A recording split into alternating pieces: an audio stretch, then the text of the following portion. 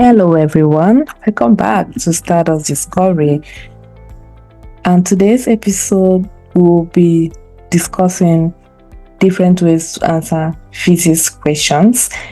And if you remember, we have been using the physics past questions from the June 2021 WASSCE examination, and we have entered the part 2 of the theory section.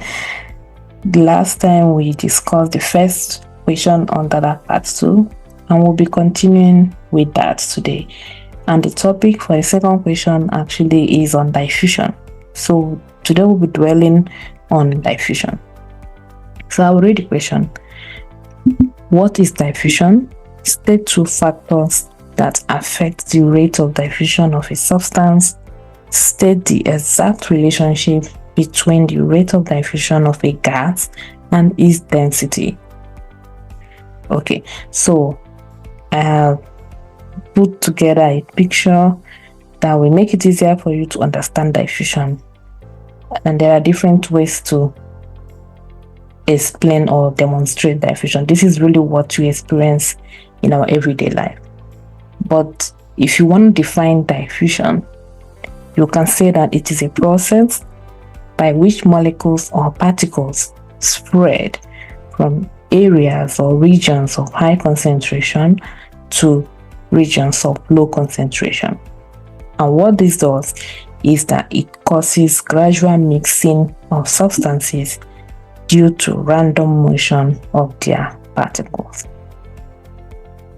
Okay, you can imagine that this is something you experience or encounter every day. Every space is filled with a lot of particles, and if you spray perfume, for example, it will always spread. From the point you spread that perfume, all the room would be smelling the perfume, especially where you are at. But over time, it would move around. What happens is that the particles disseminate into the other parts of the room, diluting the scent. And this is what diffusion is about. That process of diffusion, that process of the particles moving from high concentration region to lower concentration region is what diffusion is. Okay, for today, there is an experiment that the picture is showing. Assuming you have a beaker, a glass beaker filled halfway with water, and then water contains molecules. So a typical example to show diffusion is that you can get an ink from your pen, or let's say a dye, and put a bit of it into the water. From the point where the ink or the dye makes contact with the molecule, there is some movement that you begin to notice. Obviously, even with this transparent beaker, you will notice the molecule of the dye moving. This is easier to see because the dye is of different color, so you can see the movement inside the water. So this is because the molecules of the dye is moving from the region of high concentration, which is close to where you dropped the dye, to the region of low concentration, to the other parts where the water is. So what happens is that there is gradual mixing of both the water molecules and the dye molecules. This mixing continues until there is an equilibrium, which is a state of stability. At this point, the diffuse molecules have been evenly distributed, so diffusion has taken place. As simple as that. So with this in mind, you can answer the next question, which is state two factors that affect the rate of diffusion of a substance. So if you understood what diffusion is, then you can imagine what would cause diffusion to be faster or slower? That's what the question is about. So I've listed some factors. I've given you 4, even though you asked just 2. But we should examine this. So first of all, the temperature of the substance. Let's continue to use the experiment that we used to explain. So here we are considering a water molecule. So if you are using hot water as opposed to cold water, what impact or what difference will it make to diffusion? So remember that when you set water to a higher temperature, what happens is that you have increased the kinetic energy of the molecules of that water. And what that means is that when you now put a dye to that water, because it's hot, because it has higher kinetic energy, it would mean that it will move the molecules of the dye even faster than usual, because you have increased the movement of the molecules of the water when you increase its kinetic energy. And by doing so, you increase the movement of every other particles that come in contact with the water. So that means that the mixing would be faster. The mixing of the dye molecules and the water molecules would happen much quickly than usual, much faster, and so diffusion would happen much faster.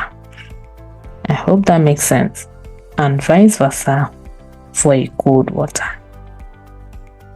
There are other factors. I've listed density of the substance.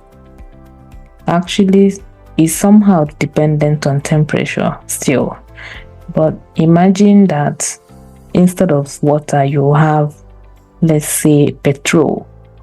Petroleum can be thicker, so the density of a petroleum is much thicker compared to water. So if you are using a substance that has a much higher density, it would reduce the rate with which molecules could move about mixing themselves. And what that means is that it will slow down diffusion. So the higher the density of the molecules, the slower the diffusion rate. Okay. The other factor we mentioned is the medium of diffusion. This again is similar to density, because depending on the type of molecules, depending on the type of liquid or gas that is involved in the experiment or in the process, it will determine the rate of diffusion. I've mentioned petrol, I mentioned water. These are different types of liquid. So that's why I said it's somehow dependent on the density as well. Okay, the last one is the concentration gradient. The concentration gradient is still similar to even density. So the point here is that if you are going to use a dye that is less concentrated, the behavior will be different from if you are using a dye that is highly concentrated. So there is something called a gradient. That means between two medium, if the difference is too high, that means the gradient is high. So if the difference between the water molecule and the dye molecule, if their concentration difference is high, that means they have high gradient. Now that means that there would be a much movement of particles due to the force created by that high gradient. So faster movement of particles caused by the force created by the high gradient, which that means faster diffusion. I hope that sounds clear. So the the higher the concentration gradient, the faster the diffusion would take place. Okay, so if you ask me, I will choose the first and the last for my answer. But anyways, that being said, we'll move on to the next and the last question on that is 8b, and it says we should state the exact relationship between the rate of diffusion of a gas and its density. So I've already said this in the last question, 8ii, but a very good way to express the rate of diffusion with the density is already been given by Graham's law of diffusion. So you can state Graham's law of diffusion. It states that the rate of diffusion of a gas is inversely proportional to the square root of its density. So we already established this inverse proportionality when I said that the higher the density, the lower the diffusion. So here it's being even more precise to include the square root factor. So take note.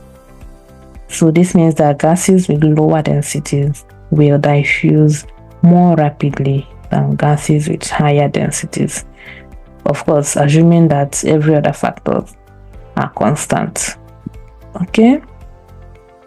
Now, we have succeeded in explaining and answering this question, but remember what the examiner wants. I will take us back just so that you do not forget. So the examiner expects that for the first question that you answer it completely, especially the order from high concentration to low concentration. It has to be, in your answer in that order. If you flip the order, you have changed its definition, and so that could amount to a total failed number. So you don't want to lose your mark.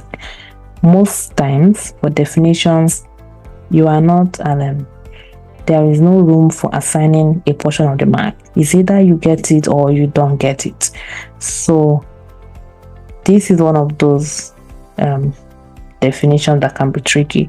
So make sure that you're not saying from low to high. It has to be from high concentration to region of low concentration. Mixing this up could result to automatic losing mark in this particular question. So take note, it could be 1 mark, it could be full 2 marks, or whichever one, just take note of the correct way to answer it. Then the diffusion factors, the factors that affect the rate of diffusion, you are asked 2, so just to give them 2.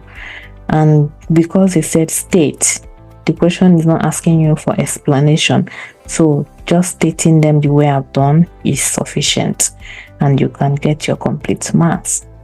All right, and the last one states the exact relationship. Now the equation is all you need here. You could just state this equation. However, I would always insist that you use the law, for example, to explain the equation you have written down. It just boosts your answer to show that you know what you're doing. However, just stating the equation is still complete and sufficient to get you your full marks. But just in case, because the way this thing works, every year you will notice some difference here and there in the marking guide. So instead of you to be caught up unawares, I rather that I give all the answers possible. You almost never lose marks. on giving out too much answer, but you can lose marks if you don't give a complete answer. So if you know that definition or the law supporting the equation, I would say you should also state that law. Give the law, and don't stop at the equation, still write the law out. All right. Okay, I mean, I hope this was helpful. I hope you understood what diffusion is all about. Otherwise, feel free to ask me any further question that you have through the comment section, or even my email at Stardust Discovery, and I'll be looking out for it. Okay, and don't forget that failure is an experimental process to your success. It's not a personal thing. Failure is just an event. So every time you fail, you learn how to succeed. Okay, do not forget to subscribe, comment, like, and share this video with whoever you know would need it. And I will be seeing you in our next one. Take care. Bye.